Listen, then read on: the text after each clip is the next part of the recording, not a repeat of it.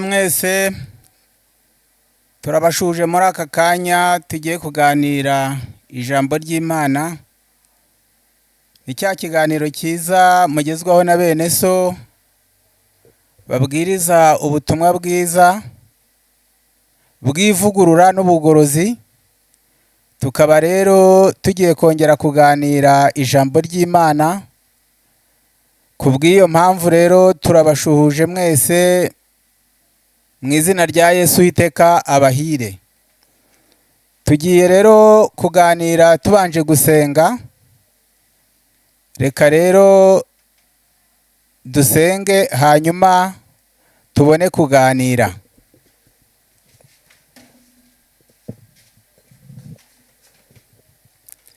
Turagushimye Data wa twese udukunda, izina ryawe ryeranire habwe icyubahiro.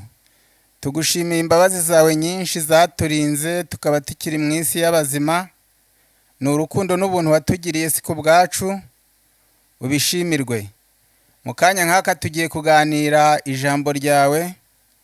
Ngwino urihagarikire utube bugufi, ribashe guhembura imitima yacu kandi ritwerekane uko turi. Turi abanyabyaha, utubabarire ibyaha byacu. Kubw'amaraso yawe nitwitwa abaziranenge tubishimira izina ryawe. Ngwino uhagarikire iki kiganiro kandi umuntu wese uri bucyumve abashe kugira icyo akuramo. Umwuka wera adufashirize hamwe twese, tubyambaje ngo biduhere ubuntu mu izina rya Yesu.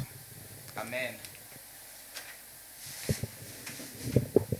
Nk'uko rero twari tumaze kubabwira ko tugiye kuganira ijambo ry'Imana, muganira na bene so babwiriza ubutumwa bwiza bw'ivugurura n'ubugorozi.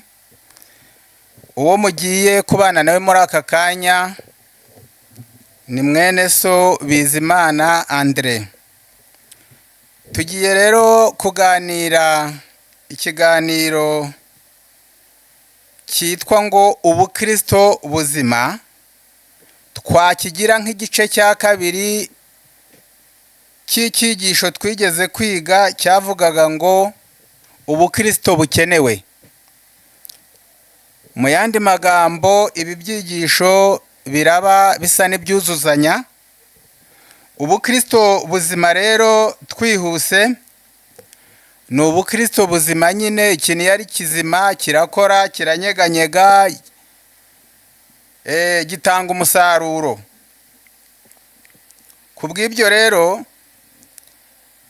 isomo duhereyeho muri Bibiliya kugira ngo turebe ubukristo buzima icyo ari cyo, turifashisha imirongo ya Bibiliya migari, ariko reka urufunguzo turuhere muri Yohana 13 umurongo waho wa 35. Yesu hari amagambo yahavuze, yaragize ati: ibyo nibyo bose bazabamenyeraho ko muri abigishwa banjye nimukundana. Ndasubiramo, Yohana igice cya 13 umurongo wa 35. Ibyo nibyo bose bazabamenyeraho ko muri abigishwa banjye nimukundana. Ubukristo buzima butuma ababuyobotse ari bo bigishwa bakaba n'abakristo bakundana. Nk'uko twari twababwiye ko izina abakristo ryavugiwe muri Antiyokiya barebye abigishwa ba Kristo uburyo bitaga ku nsanganyamatsiko z'ibyo yigishaga n'ibyo yakoraga n'ibyo yabwirizaga. Niyo mpamvu n'aka kanya ubukristo buzima bukwiriye kugirwa n'abakristo bakundana. Noneho ibyo bigatuma abantu bamenya ko rwose aba bantu ari abigishwa ba Kristo. Muri iki kigwa ubukristo buzima tugiye kureba ingingo 7. Ingingo ya mbere iravuga ngo ubukristo ni iki. Ingingo ya kabiri iravuga ngo umukristo agomba kumenya igihe arimo. Ingingo ya gatatu iravuga iti umukristo agomba kwiha intego. Ingingo ya kane iravuga ngo umukristo agomba guhamya Kristo. Ingingo ya gatanu iravuga ngo umukristo agomba kumenya ko Imana imuhozaho ijisho. Ingingo ya gatandatu iravuga ngo umukristo agomba kugira imbabazi. Naho ingingo ya karindwi iravuga ngo umukristo agomba kwirinda guteshuka inzira yatangiye. Izi ngingo uko ari zirindwi nizo tugiye kunyuramo, kandi buri yose igasobanuka neza nshuti bavandimwe. Ingingo ya mbere rero, nk'uko tubonye yuko Yesu yabwiye abigishwa yuko nibakundana aribwo abantu bazabamenyeraho ko ari abigishwa be.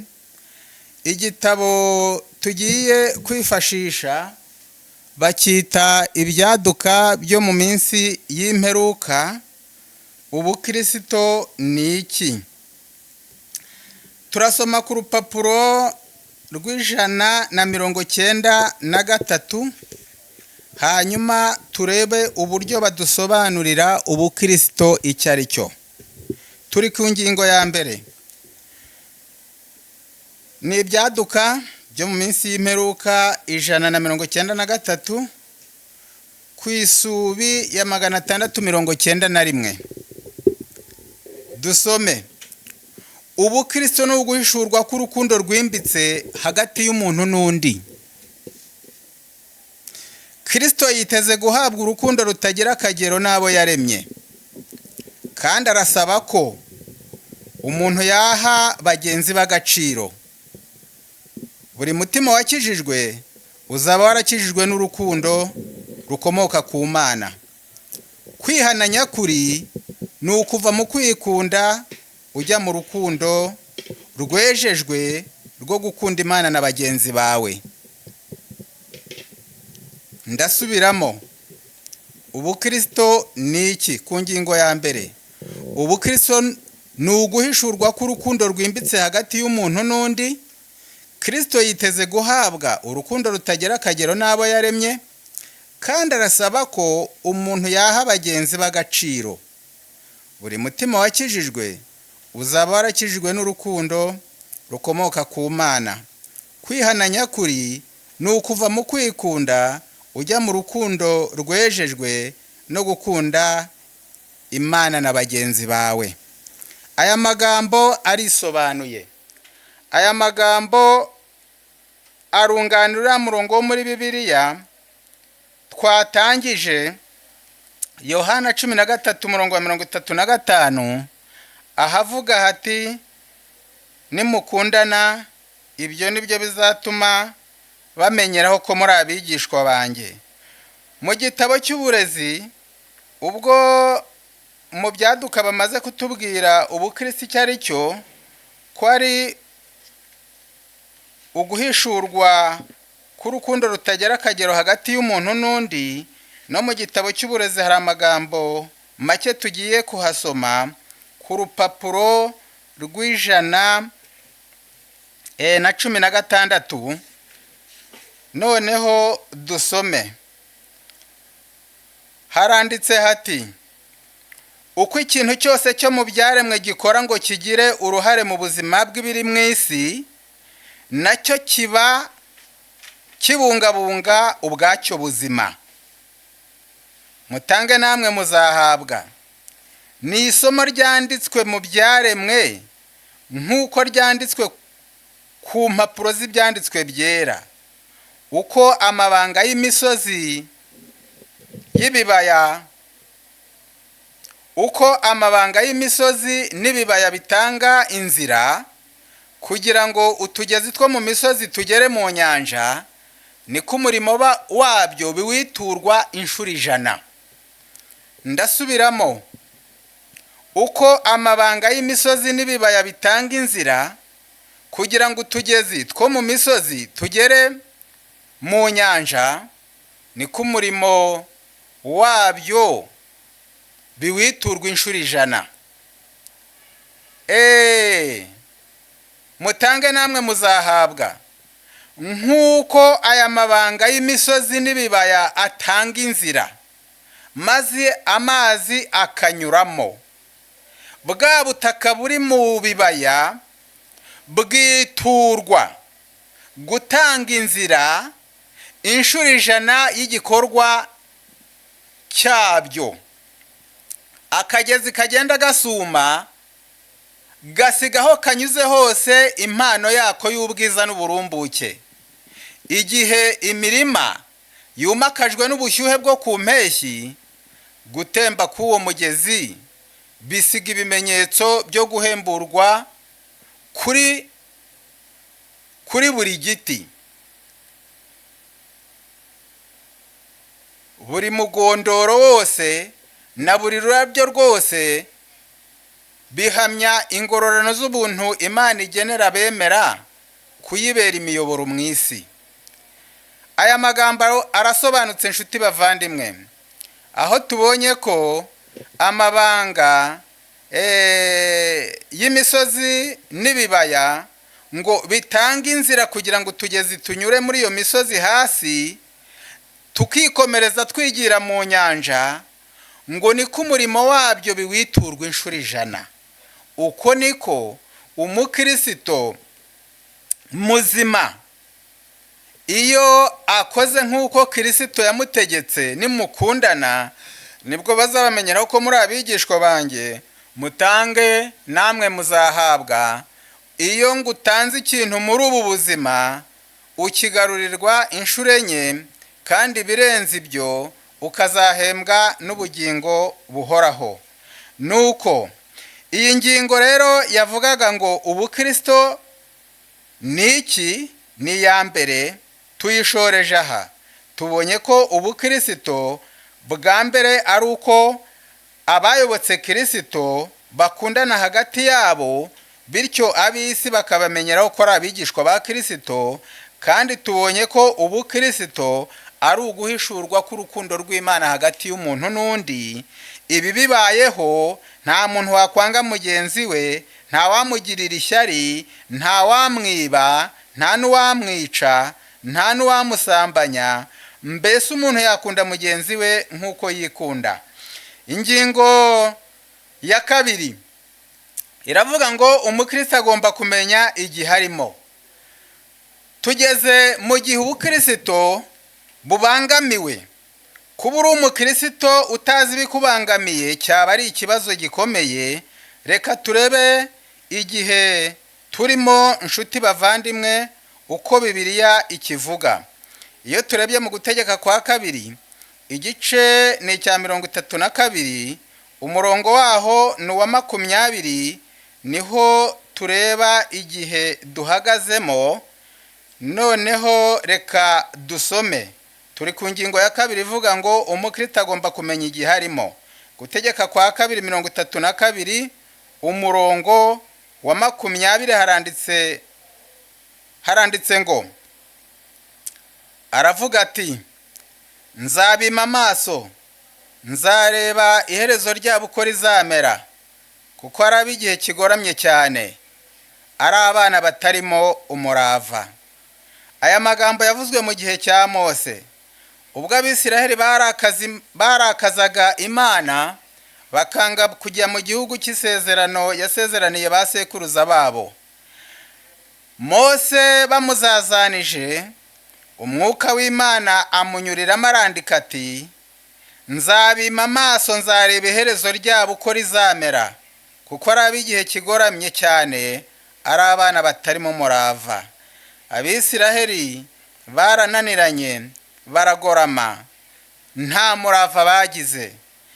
iyo umuntu atagize umurava bikigande. kubw'ibyo iyi ngingo ya 2 nanone Paulo hari icyo yivuzeho mu gitabo yandikiye Abafilipi igice cya 2 umurongo wa 15. ijambo ry'Imana n'indorerwamo. ijambo ry'Imana niryo riduha uko ibintu bimeze, amakuru yuzuye ataburaho na gato, Bibiliya ivuga ko ibyahozeho ari byo bizongera kubaho, nta gishya cyadutse mu isi. Umubwiriza igice cya mbere umurongo w'ikenda. Mu gihe cya Mose Abisiraheli baramunaniye, mu gihe cya Pawulo nawe ahumekewemo n'umwuka w'Imana aratwandikira aya magambo mu Bafilipi 2:15 haranditse hati, Abafilipi 2:15, reka dusome. Haranditse hati, kugira ngo mutabaho umugayo cyangwa uburiganya, muba abana b'Imana batagira inenge hagati y'ab'igihe kigoramye cy'ubugoryi, abo mubonekeramo nk'amatabaza mu isi. Pawulo agira inama abakristo b'i Filipi ati, kugira ngo mutabaho umugayo cyangwa uburyarya, muba abana b'Imana batagira inenge hagati y'ab'igihe kigoramye cy'ubugoryi, abo mubonekeramo nk'abatabaza mu isi. Aha birasobanutse ko mu gihe cy'ubukristo cya Pawulo, kugira ngo ubukristo bube buzima mu bizera b'i Filipi, yabagiriye iyi nama ababwira ko bagomba kuba abakristo bazima kugira ngo batabaho umugayo, bakaba abana b'Imana batagira inenge, kuko bari hagati y'ab'igihe kigoramye cy'ubugoryi. Noneho yaje no gukomeza kubihanura mu rwandiko rwa kabiri rwa Timoteyo, igice cyaho ni icya 3, duhereye ku murongo wa 1.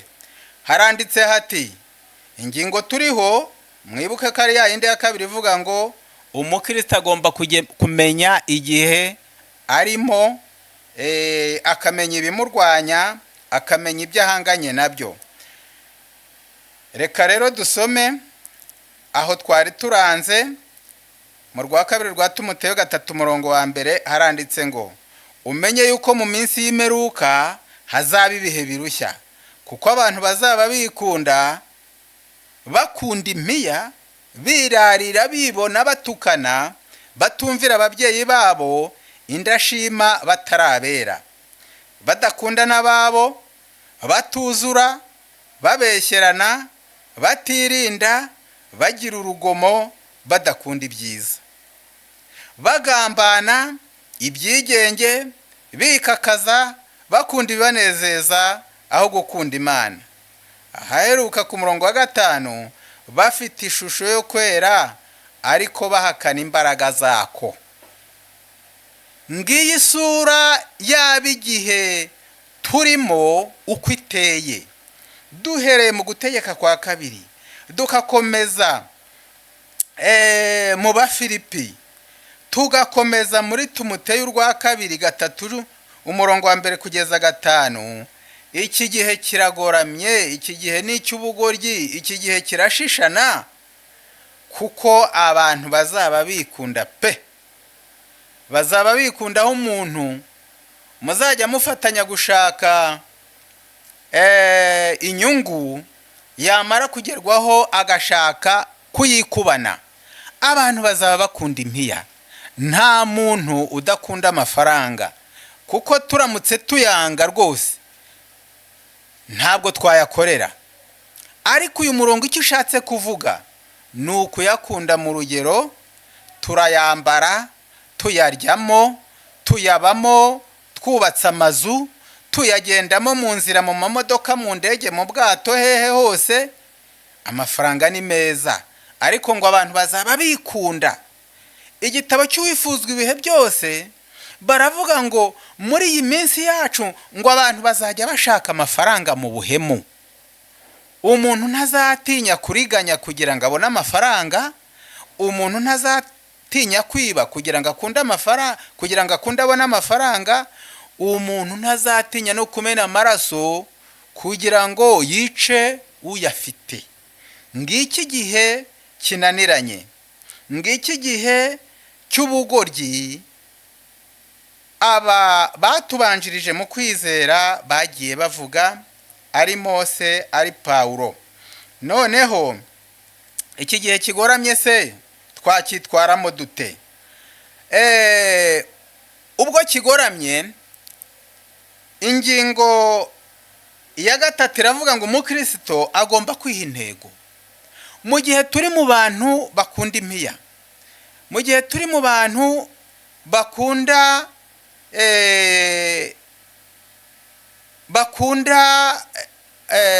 kwirarira, bibona batukana, ndetse batumvira ababyeyi babo, batarinda shima, twe tugomba kugira intego tugeraho kugira ngo tutanduzwa n'abatuzengurutse. Ubuhanuzi koko bwarahanuwe, ariko bugomba kugira abo buzasohoreraho. Wowe nshuti bavandimwe uri kunyumva, wirinde kugira ngo ubuhanuzi butazagusohoreraho. Ntuzabe mu bikunda, ntuzabe mu bakunda impiya, ntuzabe mu birarira, ntuzabe mu bibona, ntuzabe mu batukana, ntuzabe mu batumvira ababyeyi, ntuzabe mu ndashima, ntuzabe mu bangana bakanga n'ababo, abo bava indimwe, ab'imiryango. Ubu buhanuzi burashishana, ubu buhanuzi buteye ubwoba. Kubw'iyo niyo mpamvu dukwiriye kugira intego twiha, nk'uko iyi ngingo igiye kubitubwira. Umukristo agomba kwiha intego, ni ingingo ya gatatu. Ese Bibiliya ibivugaho iki? Mu gitabo cy'umukurambere y'ubu, nicyo kitwereka uburyo yihaye intego mu gihe yari mu bantu nawe badatunganye, ariko yiha intego y'urugero agomba gukiranukaho. Turasoma Yobu 27 umurongo wa 4 ndetse n'uwa 5. Reka dusome inshuti bavandimwe. Yobu 27 umurongo wa 4 n'uwa 5. Umukristo agomba kwiha intego. Dusome. Nukuri iminwa yanjye ntizavuga ibyo gukiranirwa, n'ururimi rwanjye narwo ntiruzariganya. Ntibikabeho yuko nabemerera ngo muvuze ibitunganye, kugeza ubwo nzapfa sinzikuraho kuba inyangamugayo. Iyi ni intego y'ubu yihaye. Aravuga ati nukuri iminwa yanjye ntizariganya, cyangwa se ntizavuga ibyo gukiranirwa. Nukuri ururimi rwanjye narwo ntiruzariganya. Ntibikabeho yuko nabemerera ngo muvuze ibitunganye, kugeza ubwo nzapfa sinzikuraho kuba inyangamugayo. Arangije ararahira ati gukiranuka kwanjye ndagukomeje, ntabwo nzakurekura. Ngiyi intego yo kuba mu bigihe kinaniranye ukaba inyangamugayo, nubwo waba mu ndashima, nubwo waba mu bana batumvira ababyeyi, babakubita bakanabatuka bakabasuzugura, ariko wowe nk'umusore, nk'inkumi ibyirutse, nawe ukavuga uti nukuri nzarinda mva iwacu njya gushaka, ntarabwira mama nabi, ntarabwira data nabi. Nukuri ntabwo nzikuraho kuba inyangamugayo, ndetse nzajya mpagurukira n'umeze imvi. Mu gihe ndi mu modoka ntago nzemera kugenda nicaye umusaza w'imyaka 80, 60, 50 ahagaze. Ngiyi intego y'umukristo. Impamvu ibi byigisho tuba twabizanye nta yindi. Turi mu isi yitwa ya gikristo. Turi mu isi abakristo bateye urujijo. Umuntu akaba yarabatijwe, umuntu akaba afite imyizerere mu idini runaka, ariko mu kuri ibara ry'ubukristo bwe ntiribe rimwe, ahubwo ugasanga riragenda ryihinduranya nk'iry'uruvu. arageraho icyatsi akaba icyatsi, yageraho ikijuju akaba ikijuju, yageraho umuhondo akaba umuhondo, yageraho atukura agatukura. Oya, umukristo agomba kuba umukristo nyine.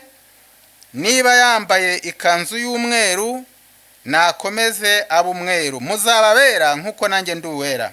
Noneho muri iyi ntego umukristo agomba kwiha, reka twongere tuyisongereshe inyandiko iboneka mu Byakozwe n'Intumwa, aho Pawulo nawe yafashe umwanzuro utajegajega. Ibyakozwe n'Intumwa ni igice cya 24 umurongo waho wa 16. Ibyakozwe n'Intumwa igice cyaho cya 24 umurongo waho ni uwa 16. Aba bakurambere batubanjirije mu kwizera bari abantu biha intego kandi bakayigeraho bashobojwe n'ubuntu bw'Imana. Niko natwe tubiganye. Iyo basengaga niyo dusenga, amaraso bavutsemo niyo natwe tuvukamo. Bavutse ku bushake bw'umugabo n'umugore, ariko ntibyaciraho bongera kuvuka ubwa kabiri, barahinduka baba bashya, ariko barafashe intego. Natwe rero reka twoye kuba b'umubiri, ahubwo tube ibiremwa bishya byahindutse kubwo kwizera umucunguzi wacu Yesu Kristo. Pawulo amaze guhinduka cyangwa se amaze kujya mu cyerekezo cyo kuba umukristo muzima, nimwumve nawe uko yavuze. Ibyakozwe no 24 umurongo wa 16 waranditse hati: nicyo gituma mpirimbanira kugira umutima utandega ikibi, ngirira Imana cyangwa abantu iminsi yose. Mbega umugabo ngo ariha intego ikomeye. Nicyo gituma mpirimbanira kugira umutima utandega ikibi, ngirira Imana cyangwa abantu iminsi yose. Nshuti bavandimwe, tuzirikane ko Imana niducira urubanza izahera ku mitima nama yacu. Buri icyo umutima nama wawe utakurega, uwanjye utandega nta gihari. Ariko umutima nama niwe ubasha kudushinja cyangwa kudushinjura, nk'uko tubisoma mu Baroma igice cya 2 umurongo waho ni uwa 14, ngo n'abapagani batazi amategeko y'Imana, ngo ariko bakakora iby'amategeko ku bwabo, ngo baberekana ko umurimo w'Umwuka Wera ukorera mu mitima yabo. Babonye umuntu ushonje, bibwiriza kumufungura nta mirongo ya Bibiliya basomye. Babonye umuntu wambaye ubusa, bamugirira impuhwe baramwambika. Babonye umuntu babaye, baramuhumuriza. Bakoze iby'amategeko ku bwabo, niyo mpamvu bitwa abana b'Imana nubwo batazi ubutumwa bwiza. Noneho kubw'iyo mpamvu rero Pawulo yongeye kugira ikindi avuga mu gitabo cy'urwa mbere rw'Ikorinto, yiha indi ntego ikomeye. Noneho twamara kuyisoma tukaza kureba andi magambo make, iyo ngingo ya 3 nayo tukaba tuyivuyeho. Buriya mu buzima bwa buri munsi, umuntu muzima no mu buzima bwe busanzwe mu mirimo akora buri munsi agomba kwiha intego. Ukabyuka ukavuga uti uyu munsi ndakora ibi ndakora ibi ndakora ibi. Nubwo utabyuzuza ariko ufite intego, uba wagerageje. Kuruta uko umuntu yabyuka nta cyerekezo cya gahunda y'umunsi afite. Urwa mbere rw'Ikorinto ni igice cya 9 ni umurongo waho. Urwa mbere rw'Ikorinto igice cya 9 turasoma umurongo waho wa 27, aho Pawulo yongeye kwiha intego ikomeye. Reka tuhagere rero hanyuma dusome. Haranditse ngo: ahubwo mbabaza umubiri wanjye nk'ukoze uburetwa, ngo ahari ubwo maze kubwira abandi nanjye ubwanjye ntaboneka ko ntemewe. Pawulo mwibwiriza rye, Pawulo mu mirimo yakoraga ya buri munsi, yakoraga uburyo ashobora kwera imbuto atagize umuntu ashyira imbere y'igisitaza. umurimo yari yatangiye wo kubwiriza ubutumwa bwiza, yirinze ikintu cyose cyawubera inkomyi. Yirinze mu mivugire, yirinda mu mikorere, yirinda mu mirire no mu minywere. Arangije aravuga ati ahubwo mbabaza umubiri wanjye nk'ukoze uburetwa, kugira ngo ahari ubwo maze kubwiriza abandi, nanjye ubwanjye ntaboneka ko ntemewe. Uyu mugabo ni igitangaza. Uyu mugabo yari yarafashe intego kugira ngo agire ubukristo buzima. Mu gitabo cy'ibyakozwe n'intumwa cy'umwuka w'ubuhanuzi ku rupapuro rw'192 hari amagambo asongera yadusomye muri Bibiliya. Reka tuyasome twumve. Bavandimwe, ibi byigisho tubitegurira kugira ngo buri wese abashe kumenya ubukristo buzima icyo ari cyo, hato hatabaho kwishuka. Kuko muzasoma muri Matayo aho Yesu yavuze ngo bamwe bazaza muri uwo munsi bati bambwire mwami, mwami, ntitwakoraga ibitangaza mu izina ryawe, ntitwahanuraga mu izina ryawe, ntitwariraga ku meza yawe? Nawe ati nibwo nzaberura nti nimwumve imbere mwa nkozi z'ibibi mwe, ntago nigeze mbamenya. Kubw'ibyo rero niyo mpamvu tugiye kureba kuri iyi paje y'192 mu gitabo cy'ibyakozwe n'intumwa. Haranditse ngo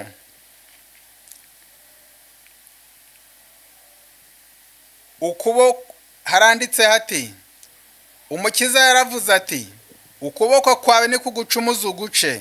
Ibyiza nuko wakwinjira mu bugingo usigaranye ukuboko kumwe, biruta ko wajya muri gihonomu y'umuriro utazima ufite amaboko yombi. N'ikirenge cyawe nikigucumuza igice. Ibyiza nuko wakwinjira mu bugingo usigaranye ikirenge kimwe, biruta ko wajugunywa muri gihonomu ufite ibirenge byombi. Niba kugira ngo umubiri ukire urupfu,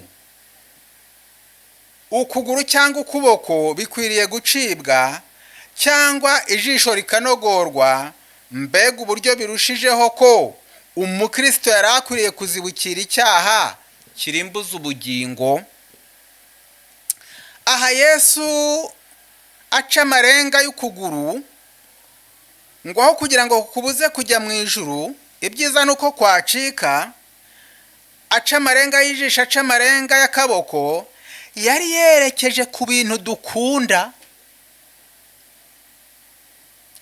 Aho kugira ngo ubuzwe ijuru n'itabi, uroga ibihaha byawe, uroga n'umwuka abandi bahumeka, wakwibuza irari ry'itabi aho kugira ngo ubure ubugingo buhoraho. Ibyo byaregereranijwe no kwinogora ijisho. Mu bintu bijya binanirana byabasa abantu kuruta ibindi ni itabi. Ngo inzoga yo burya benshi bajya banayireka bitewe n'ingaruka, ati iyo nyinyweye ndasinda nkandavura. Umuntu agafata imyanzuro ntazongere kuyinywa, atari ubukirisitu bubimuteye, ahubwo ari uguharanira icyubahiro cye. Umuntu ashobora kureka inzoga kuko imumaraho amafaranga kandi bikemera, ariko kureka itabi, mwa bantu mwe muri kunyumva, inshuti zanjye, ni ikintu gikomeye. Kurireka rero Yesu yabigeranije no kwinogora ijisho, no kwica akaguru, no gucika akaboko. Ngo ibyiza nuko umuntu yakwinjira mu bugingo iryo tabi yarariretse, kuruta uko yarikomeza rikamurimbuza. Noneho uyu muntu uzihangana kigomwa, azemera akoresha umubiri w'imbaraga zikomeye, akoresha imbaraga zirenze uko yize itabi bimugoye, kuriva azakoresha izirenze uko yaryize. icyo ni cyo bise ngo mbabaza umubiri. nshuti muvandimwe mwene data, wabaswe n'ingeso runaka tutavuze, nawe emera winogora ijisho ureke iyo ngeso, maze uzinjire mu bugingo buhoraho. ubwo nibwo bukirisito buzima. Ingingo ya 4 iravuga iti umukirisito agomba guhamya kirisito. Buriya Bibiliya itwereka ingero nyinshi Imana yagiye itanga. Umukristo agomba guhamya kirisito. Yesaya bitubwira neza mu gice cy'icyo gitabo cya Yesaya, ni igice cya 43 umurongo wa 10. Reka tuhagere hanyuma tuhasome. Ingingo ya 4, umukristo agomba guhamya kirisito. Ariko twibukiranye ko hari ingingo ya mbere yavugaga ngo ubukirisito ni iki. Ingingo ya 2 ikaba yavugaga iti umukirisito agomba kumenya igihe arimo. Noneho ingingo ya 3 yavugaga ngo umukristo agomba kwiha intego. Twabibonye Yubu na Pawulo. Noneho tugeze ku ngingo ya 4 ivuga ngo umukristo agomba guhamya kirisito. Yesaya 43:10 handitswe ngo mwebwe n'umugaragu wanjye natoranije muri abagabo bo guhamya ibyanjye, ni ko Uwiteka avuga, kugira ngo mumenye, munyizere, munyitegereze ko ari jye. Nta mana yambanjirije kubaho kandi ntayizamperuka. Mwebwe n'umugaragu wanjye natoranije muri abagabo bo guhamya ibyanjye, ni ko Uwiteka avuga, kugira ngo mumenye, munyizere, munyitegereze ko ari jye. Nta mana yambanjirije kubaho kandi ntayizamperuka. Impamvu tugombye guhamya kirisito nuko Yesu yaraducunguye. Yaducunguye mu bugome bwo kwica amategeko y'Imana. Iyo tumaze kugera mu cyanya cye cyangwa se mu rwuri rwe, nk'uko muri Yohana 10:16 havuga ngo mfite n'izindi ntama zitari zo muri uru rugo, nazo nkwiriye kuzizana ngo zibe mu rwuri zigira umwungeri umwe. Iyo tumaze kugera muri urwo rwuri, hari icyo dusabwa, ni uguhamya. Kuko Yesaya 43 ku murongo wa 6 niho havuga hati nzabwira ikazi ntibarekure, n'ikusi mbabwire ntiwibimana.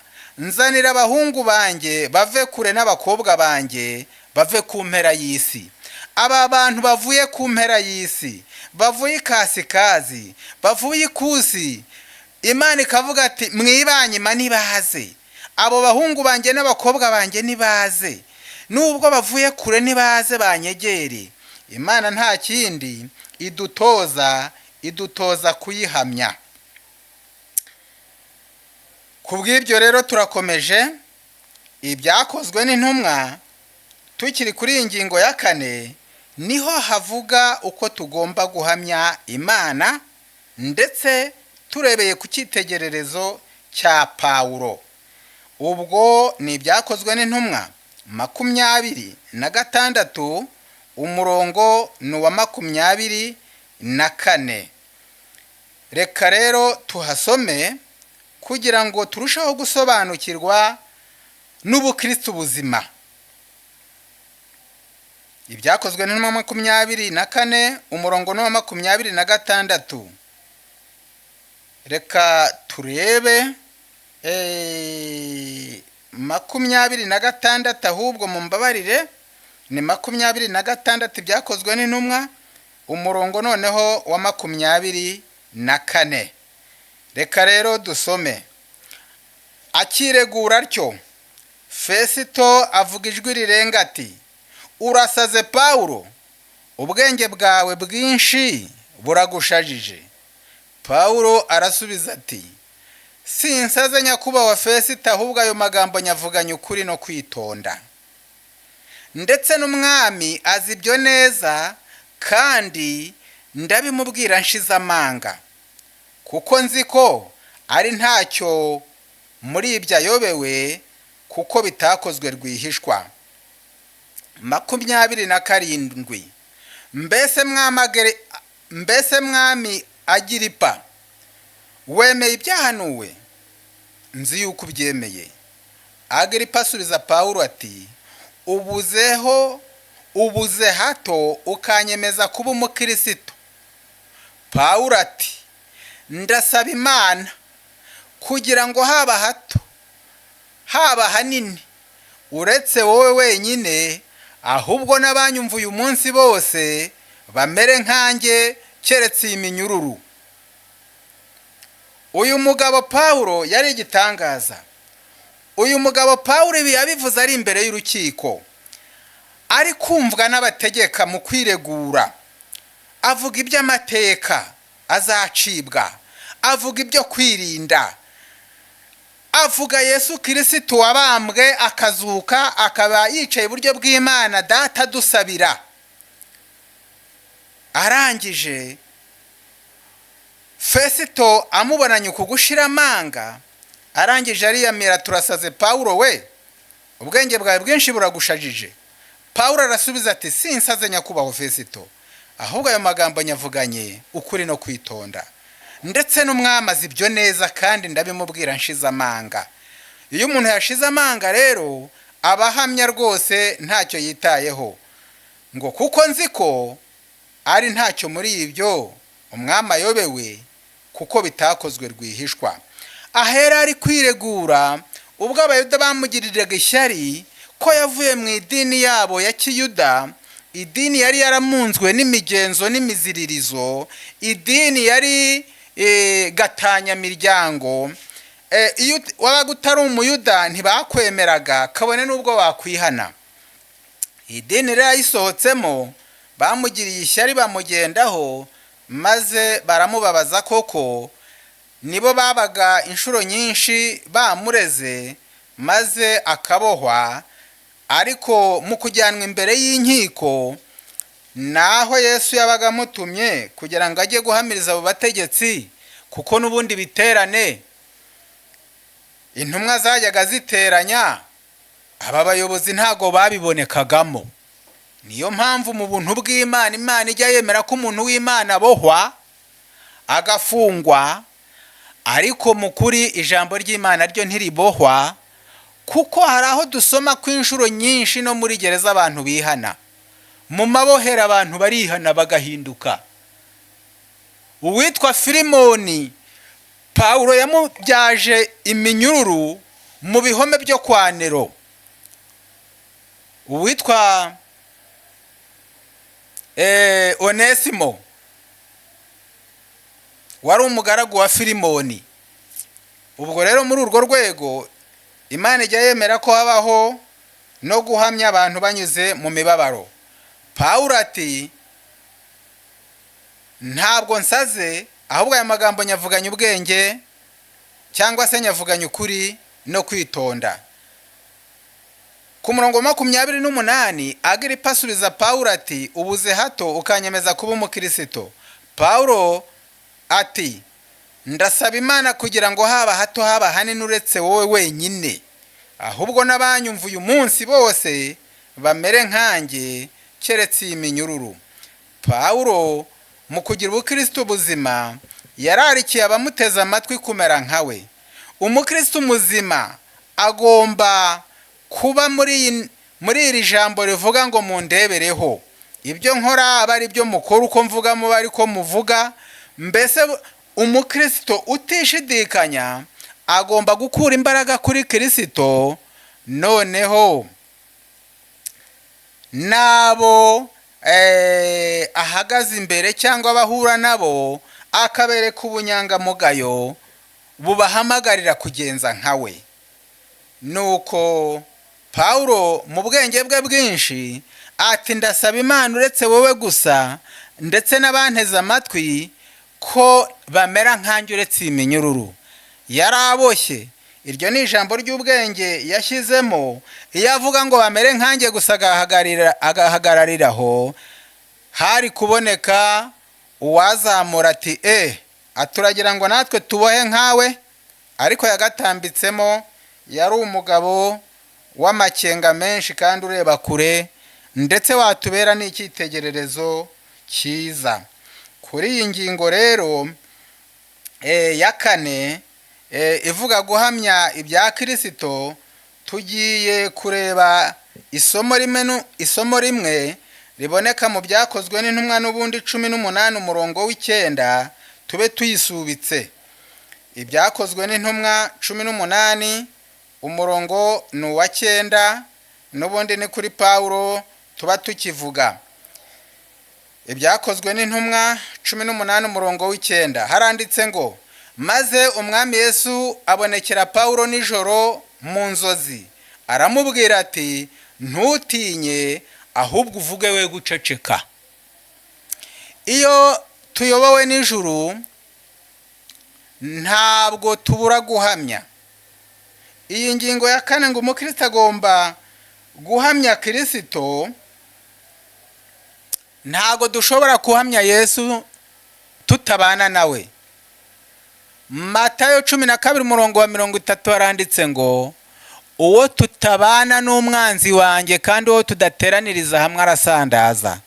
Petero yihakanye Yesu bitewe nuko yakundaga kwiyemera, noneho igihe cyose Kristo atari mu mutima we yaramwihakanye, nubwo ibyiyumvo bye byamwemezaga ko no mu rupfu bazabanamo. Ubwo rero iyo dufite imbaraga ya Kristo, ijuru riraduhagarikira tukabwirwa ngo ntutinye ahubwo uvuge we guceceka. Tujya ku ngingo ya 5. Umukristo agomba kumenya ko Imana imuhozaho ijisho. Ibyo dukora nshuti bavandimwe, ijuru ribikurikirana imbona nkubone. Ijuru rikurikirana ibyanjye, ijuru rikurikirana ibyawe nkaho nta wundi muntu uri mu isi. Niyo mpamvu dukwiriye kwitonda. Iyo dusomye muri Yohana 2 umurongo wa 25, niho hatwereka ko Yesu azi ibyacu neza.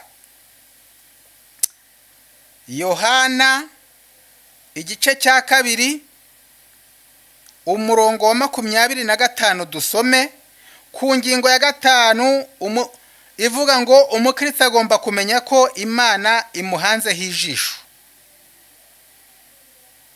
Dusome Yohana igice cya 2 25 haranditse ngo, ntiyagombaga kubwirwa iby'abantu kuko ubwe yarazi ibibarimo. Yesu ukimugera imbere mu gihe yari ari ku isi abwiriza ubutumwa bwiza, yamenyaga ikikuzanye, akamenya ngo uyu muntu arashaka gukira ubumuga amaranye imyaka 12, akamenya ngo uyu muntu aragenzwa no kuza kumugerageza. Yewe yamenye n'abazaga kubw'imitsima atari ijambo rye ribazanye. Ntiyagombaga kubwirwa iby'abantu kuko ubwe yarazi ibibarimo. Yobu ni igice cya 34, naho tureba uburyo Imana iduhozaho ijisho. Ariyo mpamvu dukwiriye kwitonda. Nta hantu wajya ngo uyihishe. Uko byagenda kose Imana ireba byose, ntacyo isobwa. Yubu reka dusome igice cyaho cya 34 umurongo wa 21, hanyuma tugeze 23 niho dusoma yuko Imana ibizi byacu neza reka tuhagere rero hanyuma dusome. Yubu 34 umurongo waho nuwa 21 kugeza 23 haranditse ngo kuko amaso yayo ari ku migenzereze y'umuntu kandi reba amajya ye yose, nta mwijima cyangwa igicucu cy'urupfu aho inkozi z'ibibi zishobora kwihisha, kuko itagomba kongera kwitegereza umuntu kugira ngo yirirwe isubira mu rubanza. Aha nshuti bavandimwe, harerekana yuko Imana itirirwa igaruka kugira ngo irondore neza, ahubwo mu kanya nk'ako guhumbya iba yamaze kumenya imigenzereze ya buri muntu wese ku isi, yaba yubaha cyangwa se atayubaha. Umukristo agomba kumenya ko Imana imuhanzeho ijisho kuri iyi ngingo ya 4. Reka tuyishojeshe Abaheburayo 4:13. Abaheburayo 4:13 kuri iyi ngingo ya 4. Reka mwumve naho ya 5. Reka twumve naho uko havuga. Ni ingingo ya 5 ntago ari ya 4. Abaheburayo 4:13 haranditse ngo nta cyaremwe kitagaragara imbere yayo, ahubwo byose bitwikuruwe nk'ibyambaye ubusa mu maso y'izatubaza ibyo twakoze byose. Nta na kimwe kitagaragara imbere yayo, ahubwo byose bitwikuruwe nk'ibyambaye ubusa mu maso y'izatubaza ibyo twakoze byose. Nshuti bavandimwe, aha hantu biragaragara neza ko nta muntu ukwiriye gukora icyaha yibwira ko yihisha abantu. Ushobora kwihisha abantu nibyo, ariko Imana ntaho wayihisha. Ab'ijuru baba bakurikiranye akantu kose kabera ku isi, ari akeza ari akabi, byose barabikurikirana. Ikindi ni uko mu bunyangamugayo bw'umukristo nyine agomba kumenya ko n'umutimanama we ari we mugabo wo kumuhamya ibyo akora, niba ari bibi cyangwa se niba ari byiza. Ingingo tugezeho rero ya 6 iravuga ngo umukristo agomba kugira imbabazi. Umukristo agomba kugira imbabazi. Turasoma mu gitabo cya 2 cya Samweli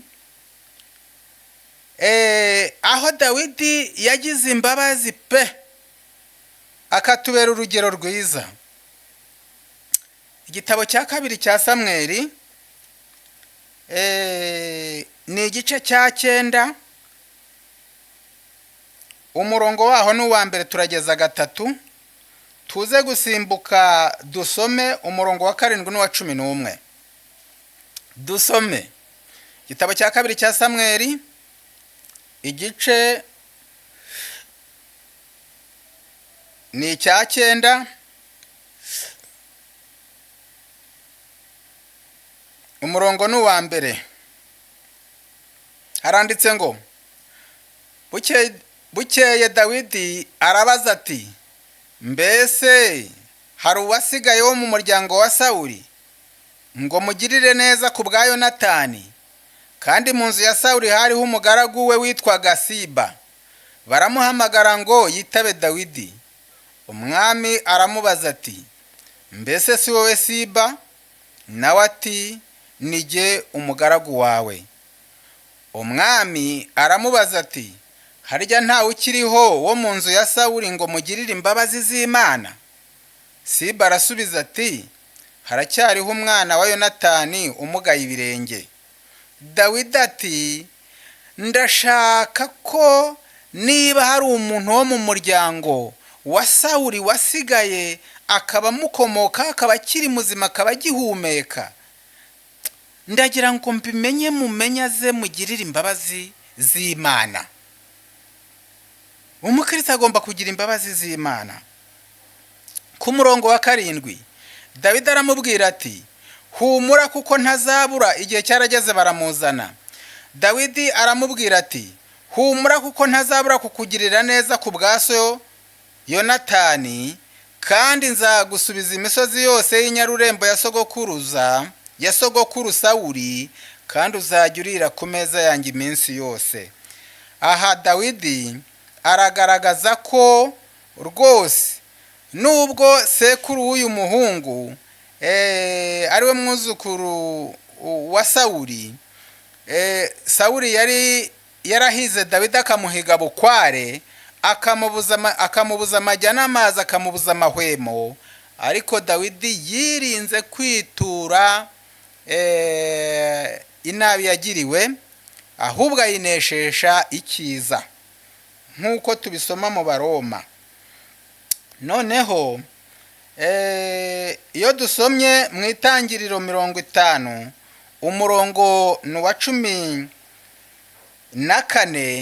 naho tuhabona imbabazi, kandi rukaba ari urugero umukristo wese agomba kuba asabwa kugeraho. Mu gitabo cy'Itangiriro igice cyaho cya 50 umurongo wa 14 tuhasoma neza imbabazi Yozefu yagiriye bene se. Reka dusome. Handitswe ngo Yozefu amaze guhamba se, Yozefu asubira muri Egiputa na bene se n'abandi bose bajyanye nawe kumuhambisha se. Bene se wa Yozefu babonye ko se yapfuye, baravugana bati ahari Yozefu azatwanga, atwiture rwose nabi twamugiriye. Batuma kuri Yozefu bati so atarapfa yaradutegetse ati muzabwire Yozefu ibi, arakwinginze babarira bene so igicumuro n'icyaha cyabo kuko bakugiriye nabi. Nuko barakwinginze babarira abagaragu b'Imana ya so igicumuro cyabo. Yozefu babimubwiye ararira, ndetse bene se baragenda bamwikubita imbere, baramubwira bati dore turabagaragu bawe. Murongo wa 19 Yozefu arababwira ati mwitinya, mbese ndi mu cyimbo cy'Imana? Ku bwanyu mwari mushatse kungirira nabi, ariko Imana yashakaga kubizanisha ibyiza, kugira ngo isohoze ibiriho none, ikize abantu benshi urupfu. None mwe gutinya, nzajya mbagaburira n'abana banyu bato. Arabahumuriza ababwira neza. Umuntu w'Imana iyo yahemukiwe rwose agomba kugira impuhwe z'Imana, agafata uwamuhemukiye nka mwene se akamuhumuriza, kuko Satani cyaba ashaka no gutandukanya abantu binyuriye mu makosa bagiriranye. Ibyanditswe bivuga ko umuntu utagira umwuka wa Kristo ntaba ari uwe. Buriya Kristo yarababariraga nshuti bavandimwe. Icyari cyamuzanye ni ukumenyesha abantu iby'umwaka agiriyemo Imana igiriyemo imbabazi. Niyo mpamvu rero mu byamuranze Yesu ari ku isi yagize imbabazi, n'abakristo bagomba gufata icyitegererezo cye bakababarira batitaye ku cyaha uko cyakozwe. Turabihamisha n'ubundi nyandiko Matayo 6:12 niho hatwereka urugero rwo kubabarira. Turi ku ngingo ya 6 ivuga ngo umukristo agomba kugira imbabazi. Matayo 6 umurongo waho ni wa 12. Reka tuhasome. Ibi bintu tubyitayeho ntago twakwitiranya ubukristo buzima n'ubukristo bw'ikinyoma. Ubukristo bw'ikinyoma ni ugukoza Kristo isoni, ubukristo buzima ni ubumuhesha icyubahiro. Noneho Matayo 6:12 haranditse ngo Matayo, yego, Matayo 6:12 haranditse ngo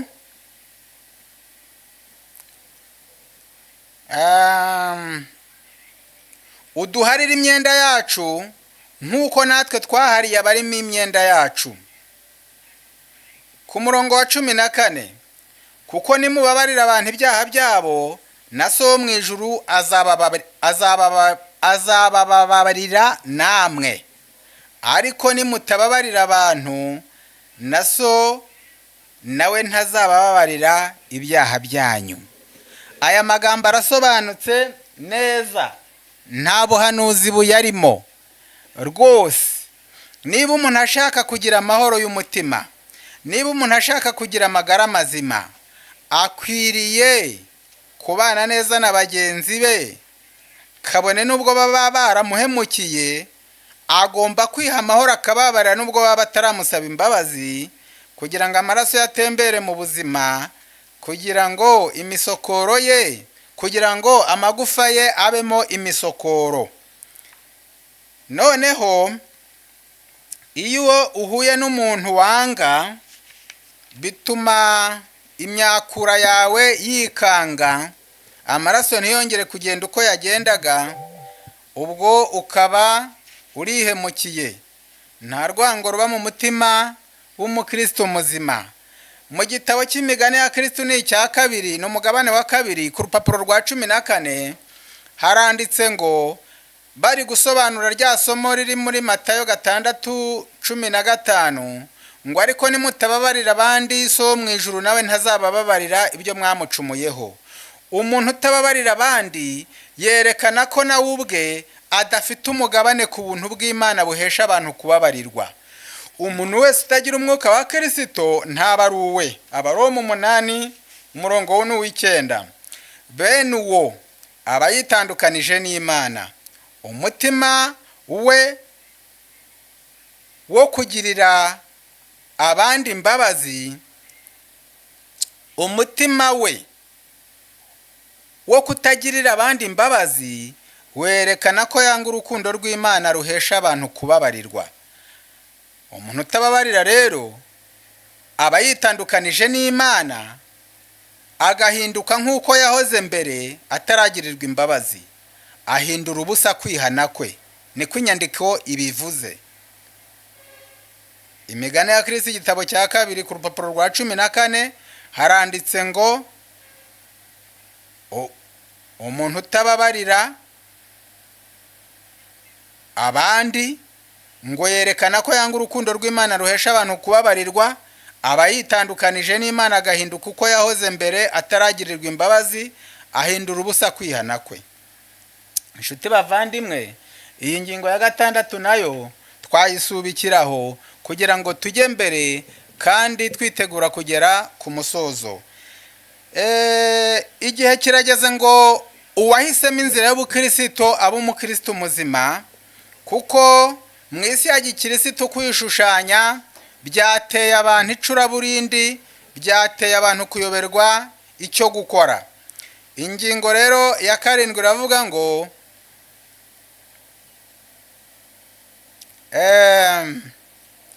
ingingo ya 7 iravuga ngo umukristo agomba kwirinda guteshuka. Ubwo niyo ngingo ya nyuma. Umukristo agomba kwirinda guteshuka inzira.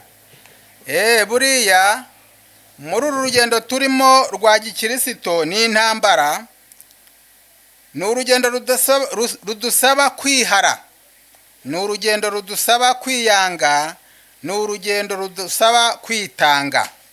Kubw'ibyo rero reka dusome uko umukristo agomba kwirinda guteshuka inzira. Umukristo agomba kwirinda guteshuka inzira. Yesaya 59 umurongo waho ni wa 8. Yesaya 59 umurongo ni wa 8, niho Yesaya yahanuye abo mu gihe cye abereka ko bateshutse, arangije avuga aya magambo ngo 5:9 umurongo ni uwa 8. Inzira y'amahoro ntibayizi, kandi mu migendere yabo ntibagira imanza zitabera. Biremeye inzira zigoramye, uzigenderamo wese ntazi amahoro. Aba yabwiraga n'abantu bari abayoboke b'Imana muri icyo gihe. Ntabwo yabibwiye abantu batazi Imana, ahubwo yabibwiraga idini y'Abayuda yarize Imana, ati inzira y'amahoro ntibayizi. Nuko noneho mu gutegeka kwa kabiri naho berekana guteshwa gukomeye umukristo agomba kwirinda. Gutegeka kwa kabiri igice cyaho ni cya 29. Umukristo agomba kwirinda guteshuka inzira. Umurongo waho ni wa 17. Haranditse hati, aya magambo nayo yarabwirwa abantu bamenye Imana, ariko igihe cyagera bakayoba bakisubirira mu byo bahozemo. Reka dusome gutegeka kwa kabiri 29 umurongo wa 17. Ni amagambo akomeye nshuti bavandimwe, ngira ngo tuzirikane. Muri mwe he kugira umugabo cyangwa umugore cyangwa inzu cyangwa umuryango umutima uteshuka uyu munsi ngo uve ku Uwiteka Imana yacu, agenda akorera ibigirwamana by'ayo mahanga.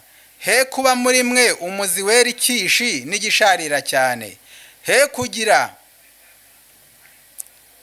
kugira uwumvise amagambo ya wa muvumo ngo yirarire mu mutima wati nzaba amahoro nubwo ngendana umutima unangiye, akarimbuza abahehereye n'abumye.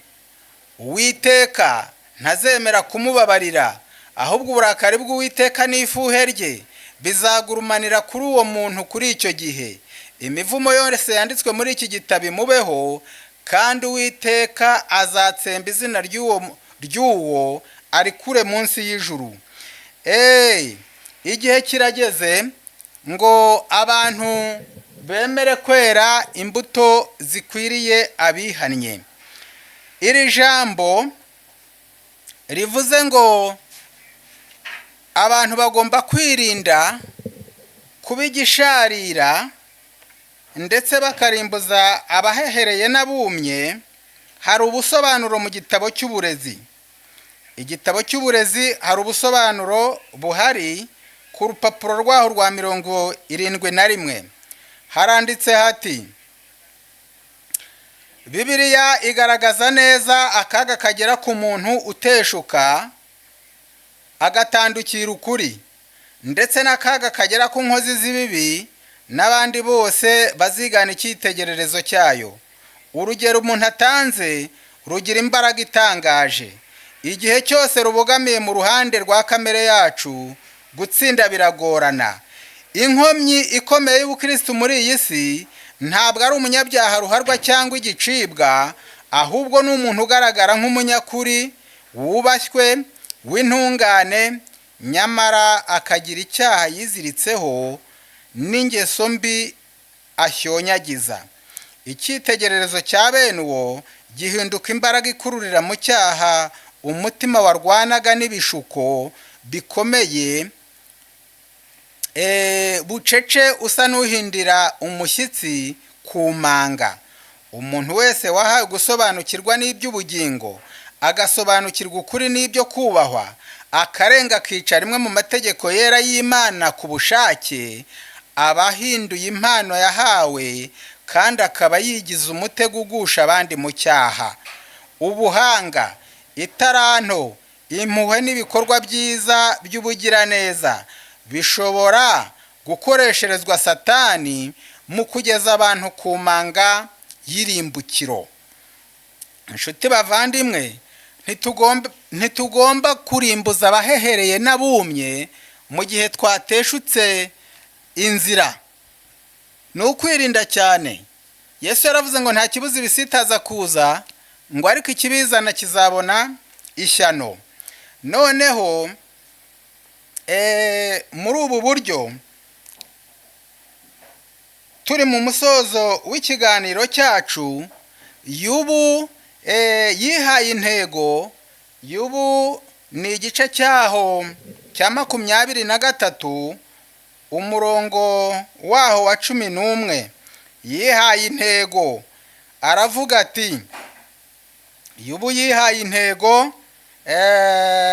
ikomeye cyane ndetse yirinda guteshuka inzira. Yubu 23:11 haranditse hati, ikirenge cyanjye cyashikamye mu ntambwe zayo, inzira yayo narayikomeje sinateshuka, ntabwo nasubiye inyuma ngo mve mu mategeko yategetse, ndetse amagambo yo mu kanwa kayo yambereye ubutunzi bundutira ibyo kurya binkwiriye. Ibi biragaragara neza rero ko nshuti bavandimwe, Yubu rwose yirinze guteshuka uhereye igihe yemereye kuba uw'Imana kugeza igihe yaje gusazira. Muri ubwo buryo nk'uko twatangiye tubabwira ubukristo ngo niki, niko tunasoza tubereka umusozo wabwo nyirizina. Umusozo wabwo bwa mbere twabonye ko ubukristo ari uguhishurwa k'urukundo rw'Imana hagati y'umuntu n'undi. Noneho mu musozo w'ubu bukristo mu gitabo cy'ibyakozwe n'intumwa ku rupapuro rwa 284 baranditse baravuga bati, ubukristo ni umurungu ukomeye uhuza umugaragu na shebuja, umwami n'uwayobora.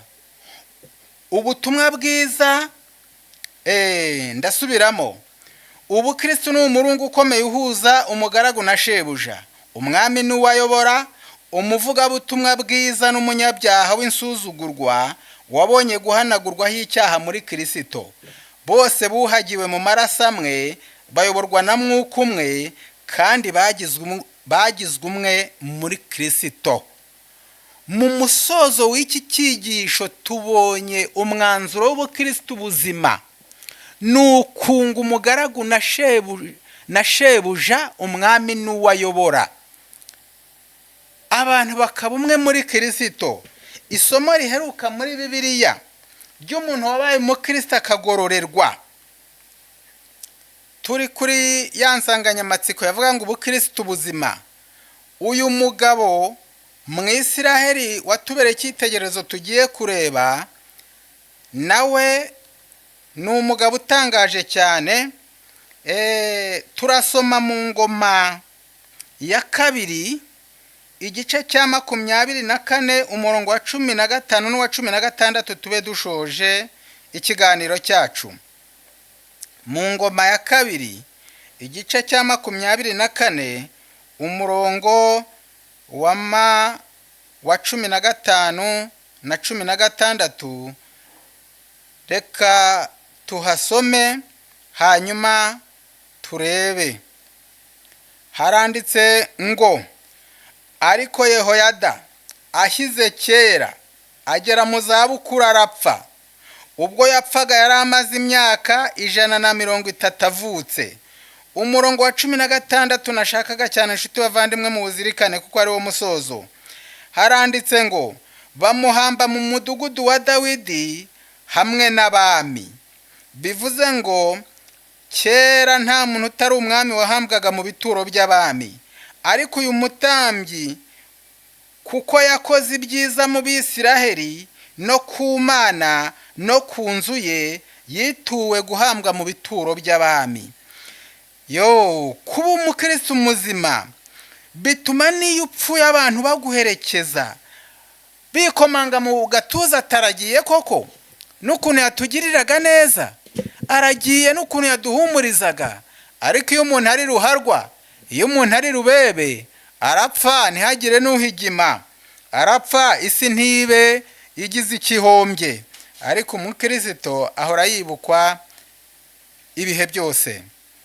Turashoje rero, reka twibukiranye ingingo twari twababwiye muri iki cyigisho hanyuma dusoze.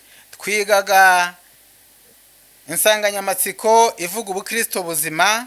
Ingingo ya mbere yavugaga ngo ubukristo ni iki, iya kabiri yavugaga ngo umukristo agomba kumenya igihe arimo, ingingo ya gatatu yavugaga ngo agomba kwiha intego. Ingingo ya kane, umukristo agomba guhamya Kristo, twagiye tubona amasomo menshi. iya gatanu, umukristo agomba kumenya ko Imana imuhanzeho ijisho.